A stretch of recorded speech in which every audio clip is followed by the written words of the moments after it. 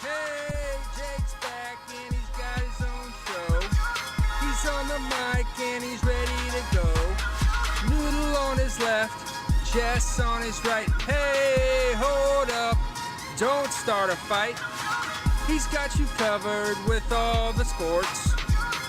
Don't fret, he's wearing shorts. It's time for Waking Jake in the morning, Waking Jake at night. Jake sucks.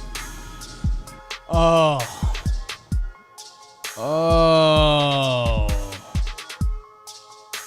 Bakers. Oh my God. What a night of sports it was. Some big numbers in the baseball box scores. That's fun. NBA Game 7. Aroldis Chapman debate. The kids were mad at me last night, BBD. I'll try to clear the air on it. Coming up after this. Oh, boy. How's everybody doing today? Welcome to Wake and Jake. That was producer BBD in the corner. I am Jake Storielli. I'm 5'7", 185 right now. I'm a Libra. We can save that for the end of the show.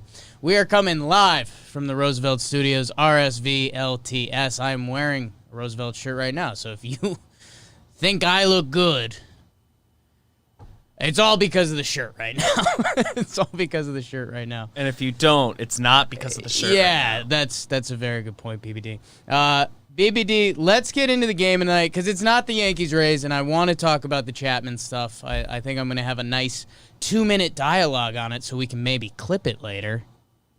That's a little behind the scenes for everyone in the biz. Hope everyone's having a good hump day. Let's bring those commercials back. The game of the night, we told you this was most likely going to be the game of the night, and it ended up being the Utah Jazz versus the Denver Nuggets. Game 7. The best words in sports. I remember being back at Berkeley. I can't do a Bill Walton. This series has been awesome. Mitchell versus Murray. Two guys who are like the same size. I didn't realize that till kind of after the game. They play very differently. But Mitchell and Murray, man. Oh, my phone just started doing the Siri thing where it starts reading your words. So it just had that whole Mitchell-Murray thing going on. So that was fun. And, man, this was a sloppy Game 7. This was a tired Game 7. Nuggets had a pretty good lead at the half. Utah scored 15 points in the second. They had 36 points at halftime. This team has been lighting it up against the Nuggies, but they fight back. And when I say they fight back, it was Donovan Mitchell. He starts making some ugly floaters to get them on the board. And BBD, let me start going through the stats before we get to what happens down the end. Murray has 17 points. Jokic has 30. Mitchell has 22. Gobert has 19. Those are the only players in this game that had more than 10 points. Two people on each team had more than 10 points. I mean, absolutely nutty. Gobert with 18 boards, too. Good for him. Jokic with 14. Down the stretch, this game gets a little out of control. Mitchell's fighting back. The Nugs go the other way. They have a layup to seal the deal. They miss it. They should have pulled it out, and Mike Conley at the buzzer rims out on it. So tough. It was cool to see the Jazz fight. I thought Mitchell was going to do it. That's kind of what I've been saying all series. If this series came down to one player, I thought it was going to be Donovan Mitchell taking over and winning it. Jokic ends up hitting what's basically the game winner. He hits like an old school hook shot. Classic big man move, pivot, hook shot. My Nugs advance, which is funny. I called them my Nugs because I ended up rooting for Utah by the end of this game. But the Nuggets move on. The Jazz were missing Bojan. What was it, Bojanovic? Am I saying that right? Think so. Bogdanovich. Someone will tell you. It's rude. Mix those guys up a little bit. The fact that the Jazz gave the Nuggets this much of a fight was a little surprising. They also went up 3-1. Not supposed to blow a 3-1 lead. Conley missed the first couple games. Nuggets advance. Jamal Murray took a step, but this definitely was tired. A lot of short jump shots. Better defense. It was a Game 7. So good for the Nuggets. Man, if Mike Conley makes that shot. Conley, 2 for 13. My God. That's stinky. That's really stinky. And if he made that one shot, nobody would have cared. And it rims in and out. Check out the Conley shot if you didn't see it. If you saw it right there, cool. I mean, that was to win the game. And then that's where I get mad, because if you're going to say something about Mitchell or Murray, if that shot went in, then you'd say the opposite. Like, if Mike Conley makes a 3-point shot, you're saying Mitchell carried that team to victory. So you can't blame him for the loss. And it's kind of the same with Murray. Both of them balled out. They set the record for most points scored by 2 opponents since Jordan and Barkley. Jeez. So that's pretty cool.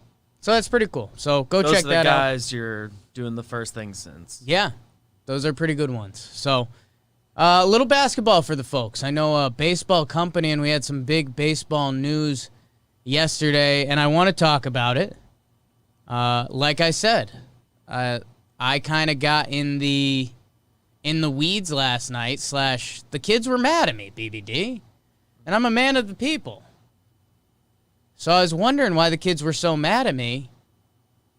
And if you didn't see, the Yanks-Rays played last night. Jomboy came out with another fantastic breakdown. All time. Top 5 for me. You might see a Jomboy breakdown list coming soon. Teaser. The Rays and Yankees have history at this point. I think we just rolled going back to 2017. Andrew Kittredge threw at Romine. It was at his head. The famous CC Sabathia, that's for you, bitch game. All of it. This ties more so into this year, I think. It's just that these two teams have been good for a while, and they play each other a lot. A lot of these guys aren't in love with each other, and that's fine. That's what all of you want when it comes to sports these days. Everyone gets mad at the NBA guys for being buddies, the Banana Boat crew. So we come into this year, and the Rays have been dominating the Yanks. There's no other way to label it. I think they were 6-1 coming into this game, 7-1, something like that. I think 7-1. Yanks come back today, and there were some pitches up and in by the Rays yesterday. I think one specifically that got away a little too much. That was like over LeMahieu's head. And, they were pitching in the series before this. They talked smack to Paxton a couple starts ago. Things were hot. And with the pitches up and in yesterday, Tanaka hits Wendell. I believe it's on purpose. He threw 2 pitches at Wendell. Tanaka's got really good control. It seemed like there was something going on there. If you want to fight it, fine. Whatever. But Jake, the thing you're not including there is that I don't want that to be true. Right, I know. We're Yankees fans. That's what's that? 2 fastest pitches he's thrown all season from Jomboy from the top ropes. Here it is. I'm going to lay it all out for you. Aroldis Chapman comes in. He intends to throw up and in, and he does. He does it back to Joey Wendell. Chapman looked pretty good, by the way. Chapman looked pretty good. And here's the problem, BBD, and this is why the kids were fighting me and I didn't realize what was happening. Do I think Aroldis Chapman threw at Mike Brosseau's head? No. Do I think Aroldis Chapman meant to throw up and in, and Aroldis Chapman then threw the ball that ended up at Mike Brosseau's head? Yes. And that was the miscommunication I was having with everyone yesterday. So, technically, no, Aroldis Chapman wasn't trying to hit Mike Brosseau in the head. If that's the win you want, you got it. But we almost need one of those flow charts. Did you try to throw up and in? Yes. And then it's where did the pitch go? Because the rule is you can't throw above the shoulders. You can't throw at the head. This is why the Yankees were mad, because pitches were above the head last night.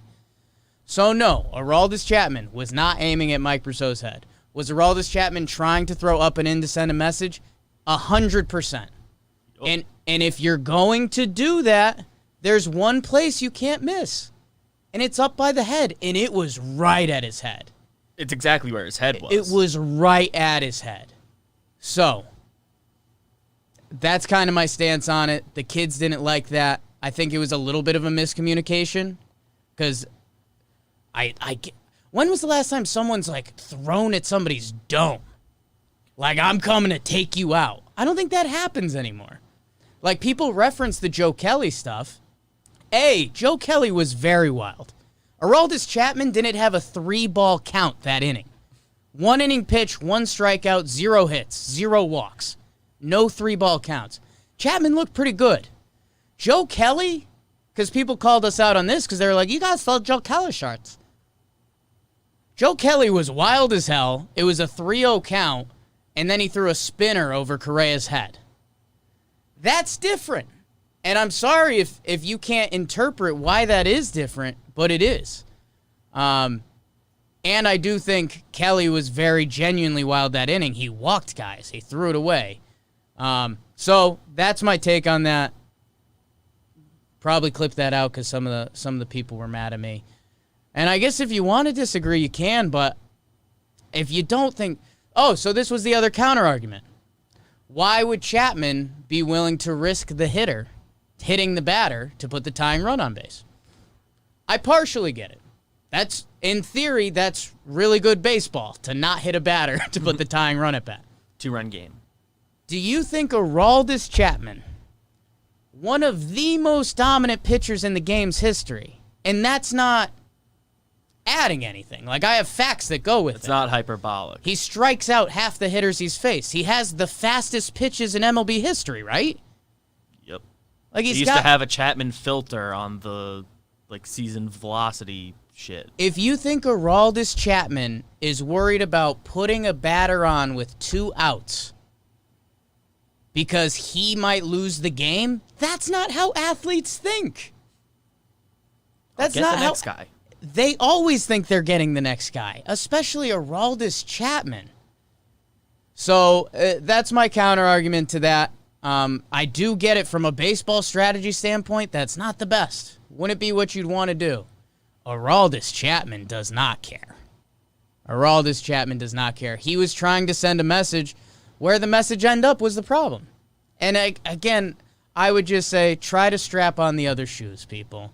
If you were a Rays fan, or if it was the Yankees, and you saw a pitch go by DJ's head, or Voigt's head. We saw a pitch go by DJ's head. We didn't like it. That's how this happened. But if you saw one go at their head, DJ, Hicks, Gary, missed by milliseconds. milliseconds. Never mind Judge or Glaber. Everybody loses their mind. My father was an alcoholic, a drinker, and a fiend. So that's my rant on that. BBD, let's do the actual baseball games. That had to get out of the way. It was the story of sports. So if you still disagree with me, tweet at me. Let's talk about it. Let's figure it out. That was a combination of Shaggy and the Joker. That's pretty good. Someone in the chat just said that. Let's do the rest of the baseball last night. The Yanks ended up winning that game 5-3. Tanaka looked pretty good, so that was good for the Yanks. They have the rubber match today. Kind of must watch. We'll see what's going on there. Someone in the chat just said the Jaker. That's also good. Marlins, they beat the Jays 3-2. Starling Marte, new addition to the team, hits the game-winning home run in the 8th. The Marlins are doing it, baby. Get excited for that. John, birdie, rocket everywhere. 2 for 2 with the home run. Robbie Ray and Starling Marte faced each other. They were teammates yesterday. And then they faced each other, so that's cool. Braves 10, Red Sox 3. Ozuna hits 3 yabos. You will hear about him later. Darno, 3 for 5. Ian Anderson, probably more importantly for the Braves, another good start. They need him to be good going forward. Philly 6, Nat 0. Aaron Nola, 8 innings, shutty. He is nasty. I love Nola. Alec Boehm, the big prospect with a homer. And Kutch with the 3-run yacker. He's starting to get it going. Good for him. Orioles 9, Mets 5. Renato Nunez, 2 homers. He's kind of good. Orioles have some good players. Santander with a home run. Mets on a 5-game skid, 6-game skid, something like that. Sorry, Mets. Cardinals put up a 16-burger on the Reds. Sonny Gray gets knocked around. Brad Miller having a good season now. Isn't this his second multi-homer game of recent memory? Yeah. 7 RBIs, Colton Wong 4 for 4. Sonny doesn't make it out of the first, but he only gives up 5 hits, so his streak's still alive. That's pretty lame. Cubs, Pirates. Brian Hayes gets the call. We've got a good clip of Talking Baseball when we talked to Cole Tucker about him earlier this year before the season. Charlie Hayes' son, if you remember him. He has a huge game. He hits a game-tying homer. He scores a game-tying run later. But Ian Happ, a friend of the program, he ends up hitting the go-ahead RBI in the 11th. Cubs 8, Pirates 7. Tigers 12, Brewers run. Jeez. Victor Reyes, big game. He's a good young player. Tigers, don't sleep on him. Brewers, the NL Central stinks. I think I'm going to start taking points away from the Cubs. Yeah. Getting to face all these teams who are not. The Reds don't win. The Brewers don't win. We like them. They don't win. They're finding ways to lose. Yes. Cleveland 10, Royals 1. Franmil, my guy. I love Franmil Reyes. If you like a good power hitter, check out Franmil. He is a beast. 5 for 5 yesterday with a homer. And Zach Plesac was in the news for different reasons. He comes back. He has another really good start. And you start to, I don't know, the Clevenger trade, I think, is going to make more and more sense every day. Cleveland's got pitching. So if one of those prospects pans out, it's worthwhile. White Sox 2, Twins 3, Buxton and Pineda both return. Big Mike on the round. Nelson Cruz 3 for 3. Buxton, I think he has the game winner in this one, the run that puts them ahead. Man, the Twins needed this. This stops their 6-game losing streak. And they need to stop the White Sox from winning because they were getting real hot. And in the West, the Rangers beat the Stros in 10. That's right. I forgot this was part of late night Twitter last night. We got a balk, an error. Pretty good Astros collapse. Rangers get the dub. That's bad. And I think Elvis Andrews homered off Ryan Presley. So is Elvis off Presley? It's good stuff. Giants 23, Rockies 5. Come on. These were tough. Dick, Alex Dickerson, 5 for 6 with 3 homers. He hit another ball off the wall. 415, it would have been out in every other stadium. It would have been 4-homer day. It kind of stinks. It's kind of cool. He said he tied some total base marks and stuff like that, so that's cool. And then, Giants scored 23. That's not a joke. 23-6. Dodgers 6, D-backs 3. Chris Taylor, gang, 4 RBIs. Julio Urias with a good game. Nick Ahmed, UConn, homer. So that's the baseball. BBD, what's up, dude? What did we miss in the baseball? What did I miss? Nope, had time. Whoa. Didn't write anything important down. Pineda back from suspension. I don't know if we want to talk more about that. Right. I don't think he thought it was going to last till September. Right. But that's what happens when you have COVID. Domingo also probably didn't think he would still be out a year later. Right. That is so. Hey guys, follow the rules. That is crazy to watch. About BBD screenshot. We got 420 watching right now. Make it happen. Nobody leave. Someone commented in the chat. Just went up to 423. The only time I've been mad more people have been watching. What a slate of baseball, man. Huge numbers on the board. 23, 16, 12. When a 16 burger is not the most a team put up in the day, that's probably rare. I don't know. Maybe it's not. That's nuts, man. That's nuts. Great day of baseball. We're going to be talking a little more baseball when it comes to our Bro of the Nights. There was one other basketball game last night, one other Shooty Hoops match, and it was another good one, man. The Jazz-Nuggets game was great. It was a Game 7, so it meant more. This was Game 2 of the Boston Raptors series, and the Raptors had the lead for a little while. Siakam finishes 17-8-6. OG Anunoby. Pacers. Just lost a perfect game. 74-0. Damn. I hope you had that in the picture before, BBD. Keep baking the algorithm. Bake the algorithm. But the Celtics come back, man. It's just what a Boston sports team does. And I love Kemba Walker so much. But Jason Tatum's the story for them. 34-8-6. He is bona fide. I mean, we start talking about playoff basketball, and I mentioned the Nuggets-Jazz game, and only 2 guys on each team had above 10 points. I mean, Tatum would be one of those guys. Like, if you start looking at playoff basketball dudes that would get it done, I mean, Tatum's on that list, and he's climbing the list of NBA dudes. Boston comes back. They win 102-99. Marcus Smart and Kemba Walker both started going nutty from 3. They were both terrible the first 3 quarters. Marcus Smart is my NBA game if I came to life, if what I am on a street ball court. I'm going to play some defense. I'm going to miss a lot of shots. I'm going to have fun out there. That's Marcus Smart, and that's part of the reason I hate him, but I also love him. So Boston goes up 2-0. Interested to see. I mean, will Toronto fight back? Because everyone's been in on Toronto. Like, even without Kawhi, everyone's been on Toronto all year. Van Vliet, everyone can shoot. Ibaka. So it's going to be interesting to see. BBD, anything else from the hoops last night? Either game. Whew. Yeah. Yeah, I thought the Raptors would have won one of these games. I think both games were close. This game particularly was very close, so could have gone either way. Yeah. Like, I was kind of fully on the Raptors train.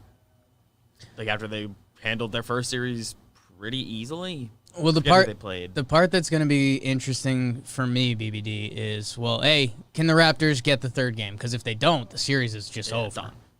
And going back to the Jazz-Nuggets game, those guys were gassed. There's a lot of tired shots. They're playing a lot of basketball in a tight window.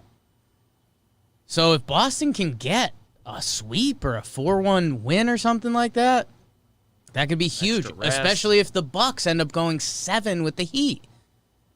So that's what I'm interested to watch going forward with the basketball. I think we got a couple good games tonight. As of right now, people, unbelievable. I don't know if it was one of you peacocking, but right now we are 82 likes, 0 thumbs down. I might call that my perfect game. If I can get to the comment section with that, you guys are awesome. We got so many people live on YouTube, Periscope, Facebook. People going to be listening later on the podcast app. 195 reviews on the podcast app. We're killing it. And it's because of you guys. So thank you. I really do appreciate it. Every day we read a comment from yesterday. I grabbed 2 from yesterday. Corey Lemons said, "Why does Jake look like a young Joe Rogan?" I'll take that to the bank. Short. Joe's doing pretty well for himself. He tried to pursue a few different avenues, and now he kind of found his thing. Short. I'd like to get back in shape, and I might have to shave this. So maybe I'll start going full Joe Rogan. That one was to just compliment myself. BBD, this was a good sports comment that I wanted to bring up. Griffin Challam, if I'm saying that right, said this is the first time in a long time that the Cubs and White Sox are both leading the division. I would be so excited to see them face off in the World Series. And that was just funny to me because they're 2 teams I've talked about a lot this year, but I've never done that. We haven't done they're both Chicago. Like, if the Mets were really good this year, how many times would we have said, like, could a Subway Series happen? And you kind of forget. Like, I don't think if you're in that Chicago bubble, you would have had that thought yet. So I thought that was cool that Chicago's thinking that way, and you should. Both teams are good. And rolling. Get excited about it. So that was cool. So, yeah, leave a comment. I usually check the YouTube for the comments, if I'm being honest. 195 on the podcast app. Let's get to 200 by the end of the week. That would be really cool. But, yeah, it could be sports. It could be jokes. It could be anything. Thank you for putting White Sox, Cubs, World Series on our radar. That's cool. Just hadn't even if thought not about Yankees, that. I'm kind of excited for that. Potentially. That's exciting stuff. And our second to last segment is Bro of the Night. Bro of the Night is either one of the best performers of the night or someone who did it for the team, put on for the city. I put on for my city. Uh-oh. And he threw up on the mic. I'm going with Marcell Ozuna. And it's not necessarily for his performance last night, although he hit 3 home runs. The pitchers he hit them off of stink. I mean, big bad. It was Ryan Weber, and then I think it was Kyle, the lefty dude, Kyle Hart. I mean, these guys are AAA at best pitchers. The dude the Red Sox have starting today hasn't played Major League Baseball since 2014 or something, and he's got a career 10 ERA or something. So the Red Sox are throwing out bad pitching. Ozuna hits 3 home runs, and that's very cool. And I'm not going to take away from it because it's still extremely hard to hit 3 home runs in a baseball game. The bigger thing that I almost need to apologize to Braves fans for, I thought Ozuna came in to replace Josh Donaldson as a hitter. And Josh Donaldson has a much better career of hitting than Marcell Ozuna. Just like go check out the stats if you really want to. Ozuna's career OPS starts with a 7.91. This year he's raking. He's 295, 383 on base, a 987 OPS, 11 home runs now. He's up there with the home runs leaders. Marcell Ozuna has been great for them. I was kind of skeptical about him replacing Donaldson. Someone noted in the chat, Donaldson's been hurt, but he has 4 hits all season. And Marcell Ozuna had 3 home runs last night. So shout out to Ozuna for last night. Shout out to what he's been doing this season for the division-leading Braves. He's been one of their best players. So that's my bro of the night, BBD. Who do you got? Jake, am also doing baseball. Yes. I'm going with Ian Happ. Okay. Friend of the program. Yes. And he's been just on a season-long tear, but particularly the last 6 games, 11 for 25, 4 homers, a 1.441 OPS in his last week. And doing it against his hometown team last night from Pittsburgh. Yeah. Hits the leadoff homer, hits the go-ahead shot late, or not a shot, go-ahead RBI. Right. Shout up the middle. Shout up the middle. Man in center field for the Cubs, who are in first. He kind of running away with it. 25, it's like all coming together. It was all good before. Yeah, I mean, when we talked to him before the season, we didn't know if he was platooning. We didn't know if he was playing second base. Neither did he. We kind of didn't. He didn't know what was going on. Yeah, he was just hoping to get his at bats, and he's got a 1. OPS. He's got, like I just mentioned Ozuna before.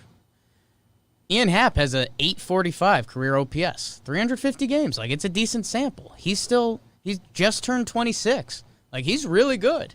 Like, you think Rizzo, Bryant, Baez, like, you kind of have to start bringing Happ in the mix. He's been really good. Just became the Cubs' all-time leader in home runs from a switch hitter. we saw that on MLB Network this morning. Ian Happ, that'll be one of your Wake and Jake takes of the day. Ian Happ, the all-time Cubs leader in switch hit home runs. Didn't phrase it great, but I think you got it. But yeah, if there weren't Tatis and Betts, like, Ian Happ would be an MVP type guy. He's probably going to get MVP type votes if he keeps this up, and that's crazy. People probably don't think of Ian Happ like that. So people don't think of Ian Happ when you're talking about the Cubs, and he's been overall their best player. Yeah. BBD, lastly, a couple people asking about the shirt. It is Roosevelt's, RSVLTS. Go check them out. They like us. I think it's roosevelts.com/Jomboy. So, and we've got like a promo code and stuff. So if you're really into that, go check it out. BBD, finally, what are we watching tonight? Holy smokes. I was excited for Miami-Milwaukee come basketball. But OKC Houston Game 7. I forgot about that game. Completely forgot about it. So that's huge. Game 7. Harden, Chris Paul, Westbrook. I mean, there's a lot on the line there. Like, kind of the opposite of what I said about Mitchell and Murray. Like, those guys still have careers ahead of them. They weren't only getting judged off this. I think if Chris Paul loses this, everyone's going to say, Chris Paul, he doesn't win playoff series. If Harden and Russ lose this, people are going to say the Rockets got to blow it up. Yeah. Which they might, but. So this is a big Game 7. I'm excited for that. And the whole world, not only us, should be watching Yankees-Rays because I think they're going to issue warnings before the game. But depending how the game goes, those could go out the window pretty quickly. And if it's a good game, I mean, it might be the most intense game of the baseball season. If the Yankees-Rays ends up being a 2-1 game in the 7th, like, I think it's going to be the closest thing you've seen to playoff baseball this year. I think these teams are locked in, pretty pissed off at each other, and that's exciting. BBD, I know I just ended up taking a lot of what people should be watching tonight, but is there anything else? Anything else out there? Well, in that Rays-Yankees game, Charlie Morton, his first game back from injury. Right. They're getting a guy back, and it's Morton who, did he get hurt in the game against the Yankees? Maybe. That sounds right. Sure. We'll I don't know believe it. what kind of length he's giving, but then Kevin Cash is going to be able to go to his whole damn stable Right. of pitchers that throw 98, which we kind of glossed over a God. little bit. That was an instant regret. And by the way, okay, so for all my Yankee fans who are still in here, that's a classic case of Chapman did the bad thing. He's the most wrong here. Wherever you stand on it, Chapman did the bad thing. When Kevin Cash says that quote to end it, and he was so angry and so confident, we got a whole stable of guys that throw 98. And then that quote gets to Boone, and that's instant flip. Like, Boone goes, well, I mean, that sounds pretty scary. That's dangerous. And it's totally the right move, because now you just made Kevin Cash the asshole. And I wonder if Cash does get suspended. People were talking about that. Like, you kind of should. You kind of just threaten the other team. Like, suspensions are supposed to be from deterring people from doing something. And I think you should try to deter managers from telling the other team that we have a bunch of guys that throw 98. Just deter it real quick. Yeah, so that's not good. Other one I've got Blue Jays Marlins. Okay. Blue Jays been rolling. Marlins make the additions at the deadline. It's Sixto Sanchez going again. Fun. If you like prospects, go check out the Marlins game. Sixto Sanchez, pretty special. Everyone, Wake and Jake takes of the day. Did Chapman throw at the guy's head? No. Did he try to throw up and in and the ball ended up at his head? Yes. Not known for his precision necessarily. Is that cool? No. So there was intent, not the intent to kill him, but he almost did, and you can't do that. Ian Happ is the Cubs' all-time leader in home runs by a switch hitter. Mitchell and Murray are good. Check out everything on the Jomboy Media Network today. Guys, you baked the algorithm hard today. A lot of likes, a lot of comments. 5 away on the podcast app from 200. Morning just happened. Go check that out. That's got its own YouTube. Talking Giants out. Talking Baseball is out. Or coming out. It's out. Jomboy and Jake Radio coming up in a minute. Stay tuned for that. You guys are awesome. I love you. Sports are great. We love sports. Sports are doing it, people. We love sports. I love you. Jake sucks.